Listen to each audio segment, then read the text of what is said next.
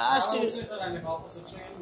చేసుకుంటూ తర్వాత ఇబ్బంది అవుతుంది ఇప్పుడు అట్లా అన్నట్టు. అంటే అంతకుముందు అయింది కదా అని ప్రతి దాంట్లో నాకు ఒకసారి వస్తుంది లేదు అంటే దాన్ని వదలకూడదు. ఇప్పుడు ఇన్ కేసు ఈ కంపెనీలో జాయిన్ అవ్వలేదా, నెక్స్ట్ జాబ్లో రాదని నేను అంటాను, కానీ ప్రిపరేషన్ని బ్రేక్ అయ్యకూడదు. బ్రేక్ అయినామంటే దెబ్బ పడుతుంది. ఇప్పుడు మీరు గమనించండి, వినైటీలో అంతమందిలో సెకండ్ రౌండ్కి పోయిన 6గురులో ఇప్పుడు మరి ఈ కంపెనీలో ఎంతమంది వచ్చిరో నాకు తెలియదు. జేనెట్లో వచ్చిన వాళ్ళంతా ఇక్కడ వచ్చేదని గ్యారంటీ లేదు. ఒకదానికి సంబంధం లేదు. Interview pattern is different from company to company. So anyhow really great. My old student, dear student Durga Prasad ఊరు నుంచి వచ్చినావు. ఇప్పుడు ఆయన దాని నుంచి వచ్చి నీకు జాబ్ రాకపోతే ఆయన మీద ప్రెషర్, నా మీద pressure. So BZC background good. ఎంత గ్యాప్ ఉంది నీకు? 5 years. Okay right. సో అప్పుడు ఆ 5 years ఏం చేసావు?